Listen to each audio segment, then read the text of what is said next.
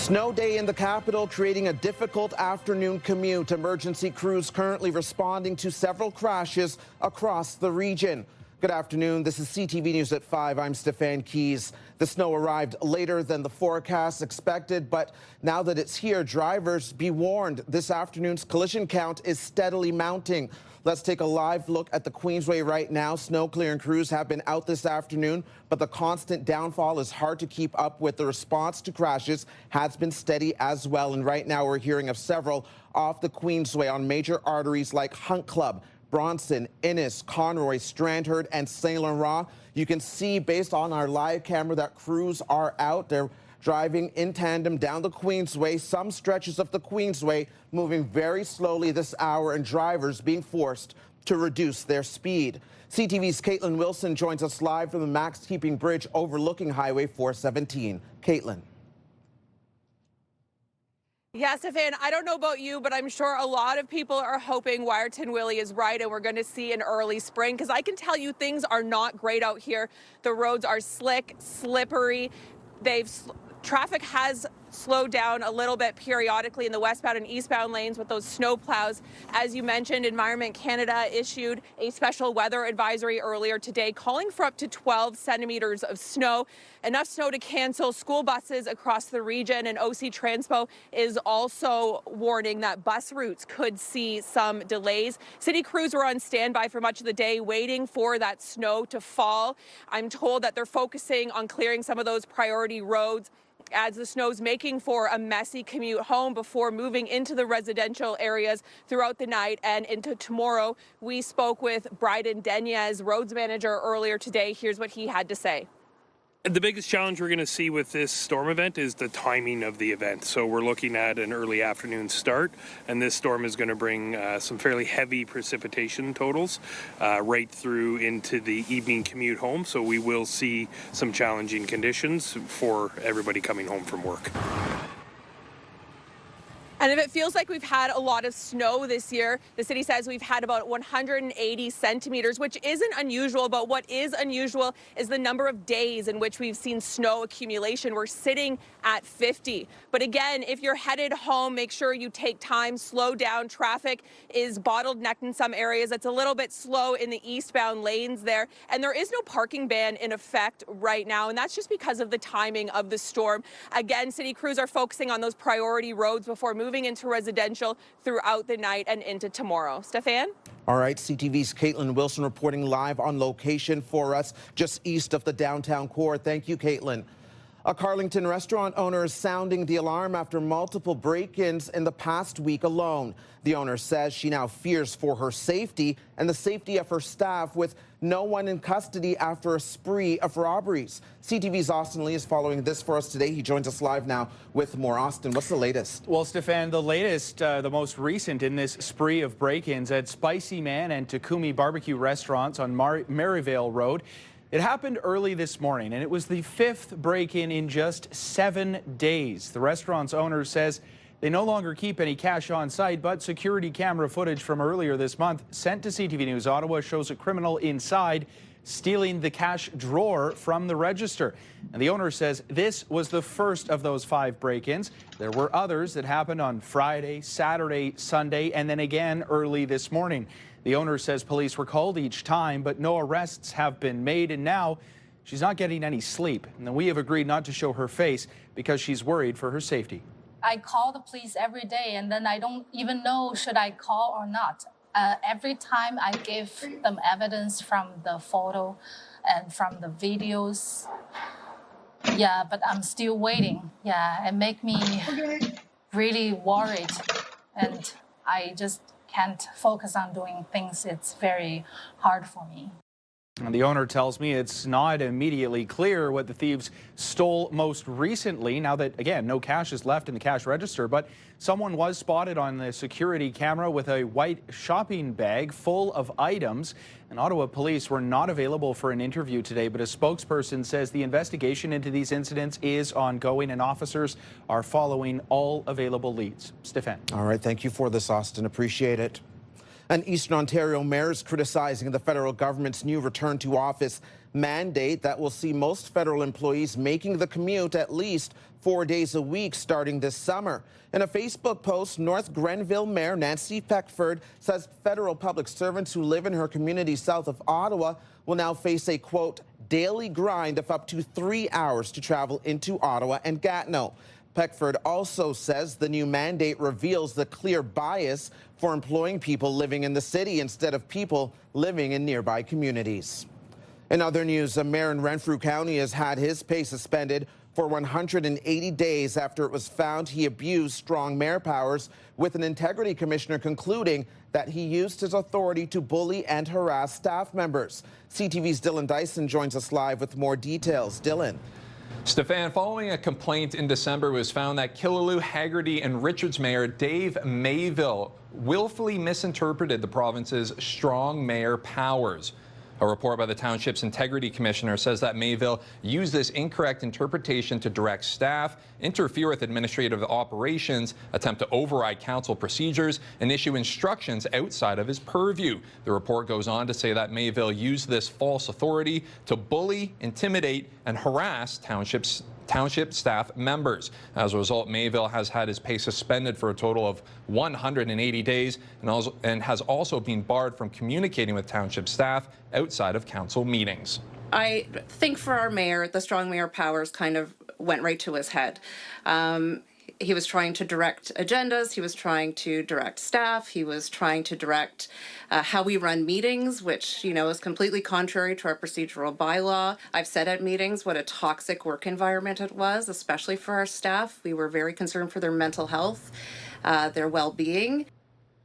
Granted to the township last May, the strong mayor powers allow mayors to advance the province's priorities of building more homes and infrastructure to support housing. Speaking to CTV News, Mayville says all of his decisions or directives were organizational or administrative in nature to move the township forward. Mayville says he has sought legal counsel to determine his next steps and will continue attending council meetings. Stefan. All right, CTV's Dylan Dyson reporting live for us. Thank you, Dylan. Ontario Premier Doug Ford is doubling down on keeping American liquor off the shelves following recent comments from U.S. President Donald Trump. I encourage people not to back off on it. This is key that we even double down if we have to. We're the largest purchaser of alcohol in the entire world, and that's one of our key negotiating areas that we can resolve within a minute. The comments come after Trump criticized the Ontario government's ban of American liquor. The ban has been ongoing since last year in response to U.S. tariffs on Canadian goods. Ford says he is not backing off and that he wants Trump to remove his tariffs. The National Capital Region will host a major cybersecurity summit later this year. It reflects the ambition we have to position Ottawa-Gatineau as Canada's defense innovation hub. The In Cyber Forum Canada Conference on Cybersecurity will feature hundreds of speakers and exhibitors. It includes Canadian and international cybersecurity leaders from defense, law enforcement, and the public sector. Organizers say the goal is to build lasting trust in the age of AI and global threats. In an era where digital resilience is inseparable from national security, bringing together leaders from government, industry, academia, and civil society is more important than ever. This event represents more than a conference. It is a national collaboration, a shared commitment, a collective step towards protecting Canada's digital future. Events will take place at Rogers Centre, Ottawa, and in Gatineau from December 1st to 3rd. An 84-year-old Ottawa resident is being recognized for being the first Black employee of what is now OC Transpo. At that time, there were no Black bus drivers. They were all white.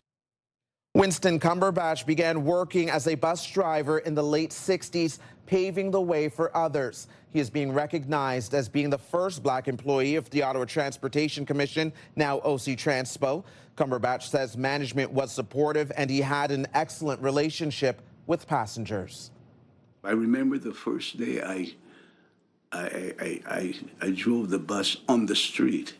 This lady said to me, you know, I'm happy that OTC employed a black employee because the city must reflect all people.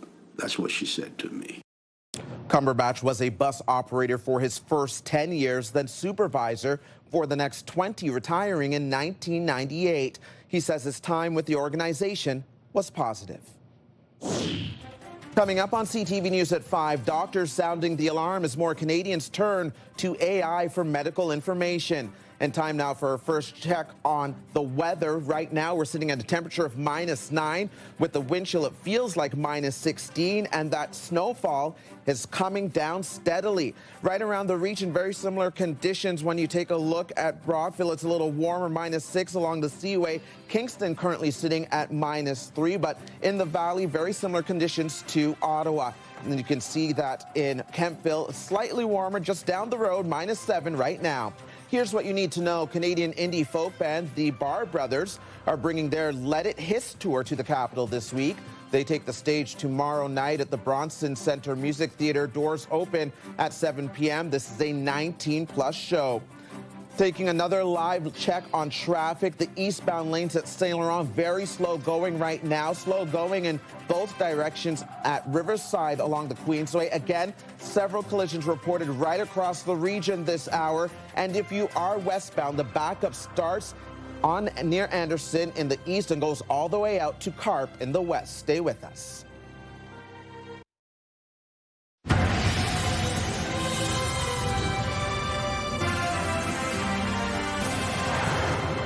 Welcome back to CTV News at 5. The Canadian Medical Association says doctors are worried their patients are getting bad health advice from artificial intelligence. An online survey conducted by Abacus Data asked over 5,000 Canadians a series of questions about where they get their health information. Nearly everyone said they go online, mostly because it's quick and easy to access. Half said they look to an AI search result from Google or ChatGPT for information, and around half said they get treatment advice from AI. The survey suggests that those who followed that advice were 5 times more likely to report an adverse reaction or a negative outcome. Today's radio question of the day is asking, have you ever consulted AI for medical advice? Anytime you Google something today, whether it's health-related or anything else, AI comes up first. But as far as health-related questions, I kind of take it with a grain of salt. Everybody's ailments are individual, and I would definitely seek a health professional if I've got any issues related to my health. I mean, I may read it, but I would not take that as science. Kirsty Cameron is here with more. And Kirsty, it really seems to be the new trend. As long as you're consulting the internet, it feels like you're consulting AI. Yeah, and I mean, the thing is, I understand why so many Canadians are turning to ChatGPT for health information. It's because they want to have some sense of control, agency over their health care. And we know that a lot of Canadians don't have a family doctor. But listen, I think that AI and healthcare may be getting a bit of a bad rap that isn't fully deserved. Hear me out. Yes, okay? Despite the survey results, I had 2 family physicians on the show today, one who practices in Manotick and the other who practices in Kingston, so both in Ontario, and both said it's a great jumping off point. It's a great starting point to educate yourself. It's not a diagnosis. Right. And they said it's actually been a very positive thing for most of their patients. I think it's what you do with the information, right? If you hit the panic button, depending on the results, then that's where people are like, okay, you need to take a step back, go see a doctor and make sure that it's not the worst case scenario. Totally, and I think that's why AI and medical advice gets such a bad rap, because people, if they don't have access to healthcare, let's say they don't have a family doctor, they get on that hamster wheel of anxiety and they go to that worst case scenario. Don't do that. If you use it to educate yourself, to learn, to go in and see a nurse practitioner or a doctor or somebody who can actually, you know, put the stethoscope to your heart or have a look, have a listen, then I think it's a good thing. And that's kind of the warning. You know, user beware. User beware. All be aware of. Thank you, Christy. You can join the conversation, leave a comment through the Talkback feature on the iHeartRadio app. You can listen live to Christy Cameron on News Talk 580 CFRA weekdays from 2 to 6. And now watch Christy's segments on YouTube. Subscribe to the News Talk 580 CFRA channel. Coming up on CTV News at 5, what a new Canadian study outlines about giving babies common food allergens like peanuts, eggs, and fish. Stay with us. Coming up later tonight after the news, an episode of Best Medicine starts at 7, Will and Trent at 8, then back-to-back episodes of The Big Bang Theory at 9, and then you can watch an episode of W5 Avery Haynes Investigates at 10.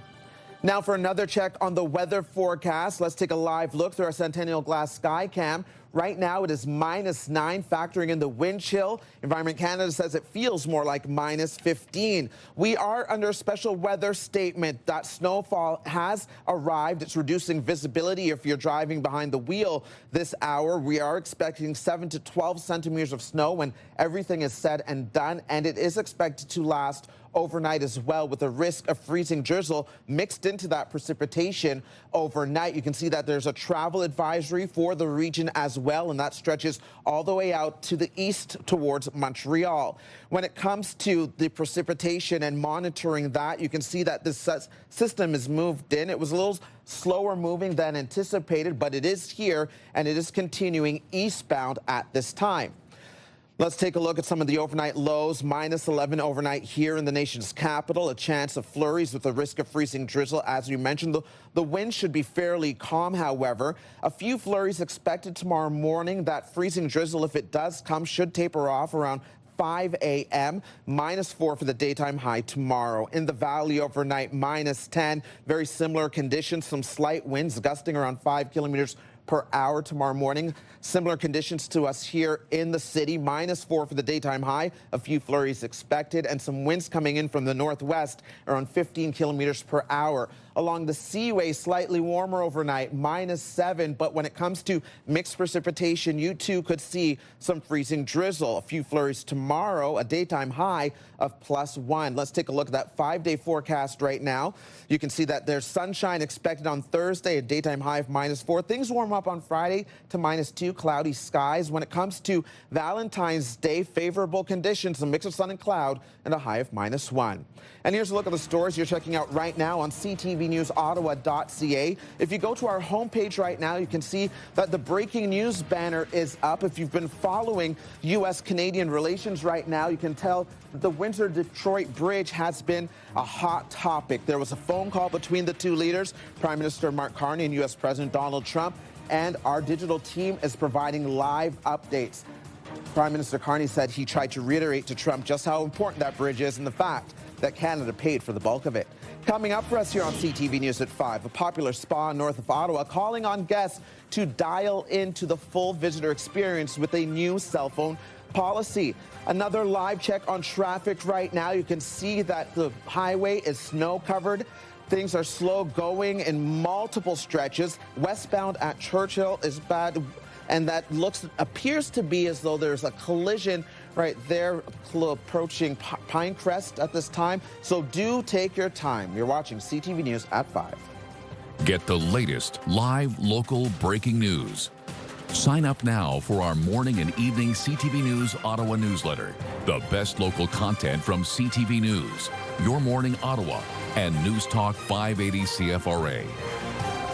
Get it all in one place. Sign up now at ctvnewsottawa.ca. The CTV News Ottawa newsletter is brought to you in part by CAA Business.